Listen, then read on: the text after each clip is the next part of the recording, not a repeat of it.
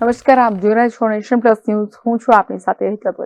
વડતાલમાં ચાલતી 4 દિવસીય બાળ યુવા શિબિર 9ની પૂર્ણાહુતિના પૂર્વ સંધ્યાએ સંતોષ શિબિરાર્થીઓ દ્વારા પહલગામ આતંકવાદી હુમલાના ભોગ બનેલા મૃતકોને શ્રદ્ધાંજલિ અર્પણ કરી છે. વડતાલ ધામ શ્રી સ્વામિનારાયણ સંપ્રદાયની રાજધાની ગણાતા વડતાલ સ્વામિનારાયણ મંદિરમાં છેલ્લા 4 દિવસથી શ્રી સહજાનંદ બાળ બાલિકા શિબિર 9 ચાલી રહી છે.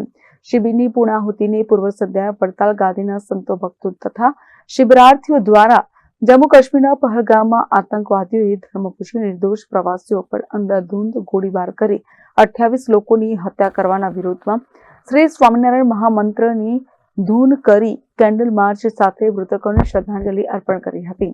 આ પ્રસંગે આસિસ્ટન્ટ કોઠારી પૂજ્ય શ્યામ વલ્લભ સ્વામી, નારાયણ ચરણ સ્વામી, રઘુનંદન સ્વામી, માનસ સ્વામી, પાર્ષદ અજય ભગત, ગોપાલ ભગત સહિત ઉપસ્થિત શિબિરાર્થીઓ દ્વારા આતંકવાદી હુમલાનો ભોગ બનેલા મૃતાત્માઓને ભગવાન શ્રી સ્વામિનારાયણ તેમના ચરણોનું સુખ આપે અને તેઓના પરિવાર પર આવેલ આકસ્મિક આફતમાં દુઃખ સહન કરવાની શક્તિ આપે તે માટે શ્રી સ્વામિનારાયણ મહામંત્રની ધૂન બોલાવી કેન્ડલ માર્ચ કરી શ્રદ્ધાંજલિ અર્પણ કરી હતી.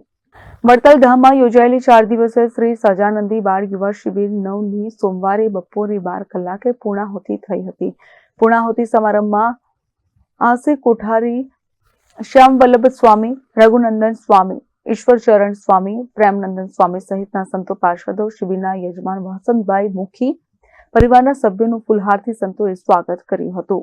આણંદથી દિનેશ પટેલ સાથે હિરણશાહ, નેશન પ્લસ ન્યૂઝ, ખંભાત. સમાચારોના સતત અપડેટ મેળવવા માટે અમારી નેશન પ્લસ ન્યૂઝની યુટ્યુબ ચેનલને સબસ્ક્રાઇબ કરો, બેલ આઇકન દબાવો અને જોડાયેલા રહો ફેસબુક, ઇન્સ્ટાગ્રામ અને ટ્વિટર પર.